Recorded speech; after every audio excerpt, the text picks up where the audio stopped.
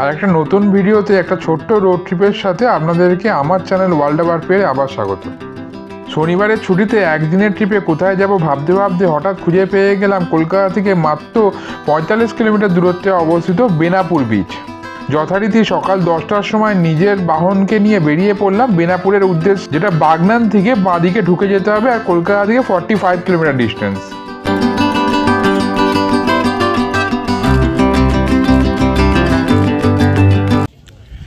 Good morning everyone. তো আর একটা নতুন ভিডিওতে আমার চ্যানেল ওয়ার্ল্ড ওভার পেয়ারে আপনাদেরকে আবার স্বাগত একটা ছোট্ট ব্লগের মাধ্যমে।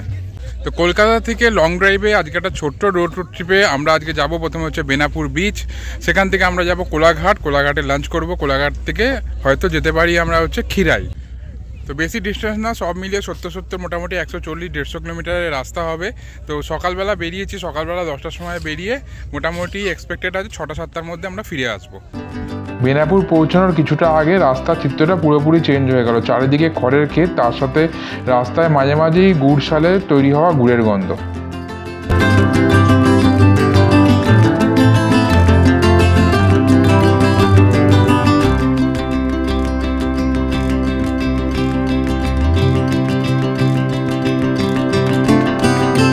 কলকাতা থেকে বেনাপুরের ডিস্টেন্স হচ্ছে 40 কিলোমিটার, যেটা বাগনান থেকে আপনাকে বাঁদিকে ঢুকে যেতে হবে। তো আমরা এখন চলে এসেছি বেনাপুর।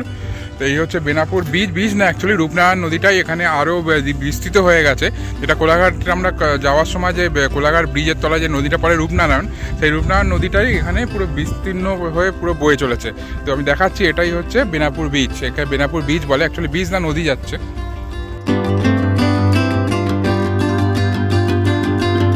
এখানে প্রচুর পরপর স্টল আছে। তো এটা মোটামুটি পিকনিক স্পট, ওখানে পিকনিক হচ্ছে, ওখানে দোকান আছে, ফুচকা বসেছে, এখানে বিভিন্ন রকমের জুস নিয়ে বসেছে। এখানে একটা ছোটো দোকান আছে, ওইদিকে দোকান আছে, মোমো পাওয়া যাচ্ছে। আর বিকেলবেলাটা এখানে ভিড় হয়। যারা বেনাপুরে আসবেন তারা চেষ্টা করবেন বিকেলবেলা আসতে, কারণ এখান থেকে নাকি সানসেটটা অসাধারণ সুন্দর দেখা যায়। আর এই হচ্ছে রূপনারায়ণ নদী সামনে।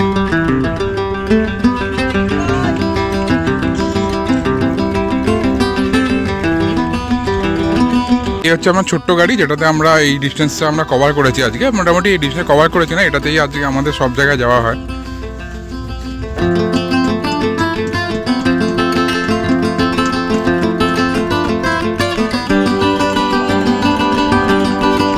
এখানে এসে লোকাল লোকজনের থেকে এটাও জানতে পারলাম আপনি চাইলে রূপনারায়ণের বুকে নৌকা করে ঘুরে আসতে পারেন। তার জন্য এই লোকাল যে দোকানগুলো আছে ওখানে একটু কথা বলতে হবে।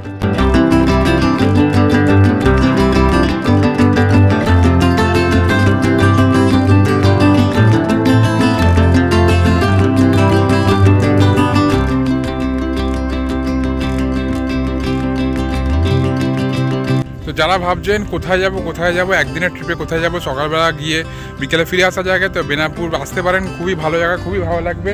আর যদি সঙ্গে খাবার নিয়ে আসেন তো এখানে বসে আরামসে আপনারা খেতে পারবেন। এখানে যে পেছনে মোটামুটি ছোটোখাটো পিকনিক, 2-3 জন 4-5 জন মিলে পিকনিক করছে, এখানে খাবার বানিয়ে এনে খাচ্ছে। তো খুব ভালো জায়গা, মোটামুটি সারাদিন এখানে কাটিয়ে দেওয়া যাবে। আর এখান থেকে অবশ্য কোলাঘাটও কাছে, কোলাঘাট মাত্র হয়তো 20-25 কিলোমিটার 30 কিলোমিটার হবে। এখান থেকে গিয়ে কোলাঘাটে গিয়েও লাঞ্চ করতে পারেন। তো আমরা এখান থেকে বেরিয়ে এরপরে যাবো হচ্ছে কোলাঘাট।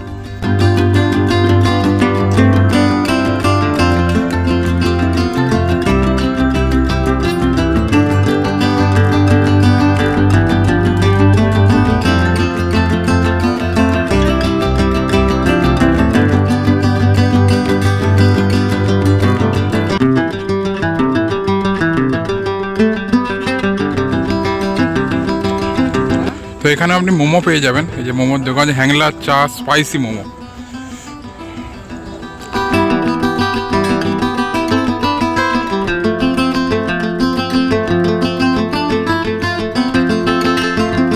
ছোটো স্টল আছে যেখানে চিপস এসব পেয়ে যাবেন।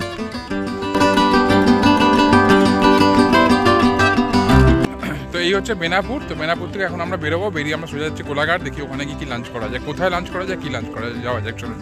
বেনাপুর থেকে কোলাঘাট যাওয়ার জন্য দুটো রাস্তা আছে। একটা হচ্ছে আমরা যেটা দিয়ে এলাম হাইওয়ে হয়ে বাগনান দিয়ে ঢুকে, ওটা একটা রাস্তা আছে, ওটা দিয়ে তাড়াতাড়ি পৌঁছানো হবে। আর একটা এখানকার লোকাল যেটা বলছে, এই যে সোজা যেখান থেকে নামলাম, এখান থেকে বাঁদিকে পাড়ার ভেতর দিয়ে রাস্তা আছে। তো যেটা সোনার বাংলা ওই যে রিসর্টগুলো হয়েছে ওর সামনে দিয়ে গিয়ে উঠবে, টাইম বেশি লাগবে। তো এখন দেখি কোনটা দিয়ে যাওয়া যায়।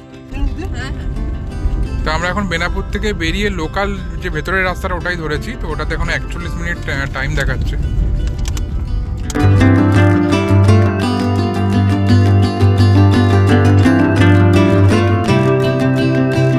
অ্যাট লাস্ট আমরা পৌঁছে গেছি কোলাঘাট, কিন্তু এখন কনফিউশন সৃষ্টি হয়েছে যে এক্সপ্রেস দাওয়ায় ঢুকবো না আমিনিয়াতে ঢুকবো।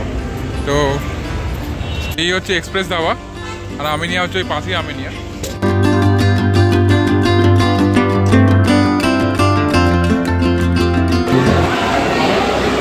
এটা হচ্ছে এক্সপ্রেস দাওয়ার ভেতরটা,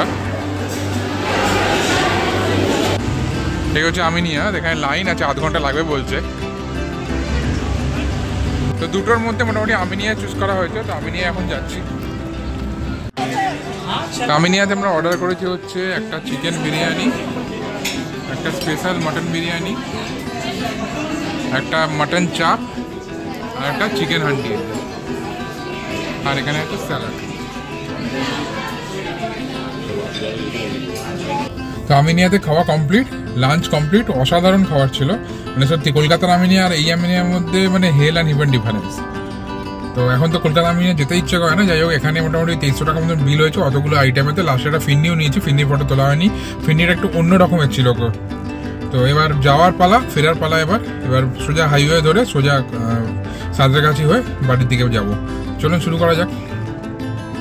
কোলাঘাট থেকে শুরু করার পরে যেরকম রাস্তা ছিল ভেবেছিলাম 6টার মধ্যে বাড়ি পৌঁছে যাবো, কিন্তু রানীঘাটি আর সাঁতরাগাছি 1 ঘন্টা জ্যামে আটকে বাড়ি পৌঁছে বলে 4:30 বাজে। তো আজকের ভিডিওটা এখানে শেষ করছি। ভালো লাগলে একটা লাইক, শেয়ার আর সাবস্ক্রাইব করে দেবেন।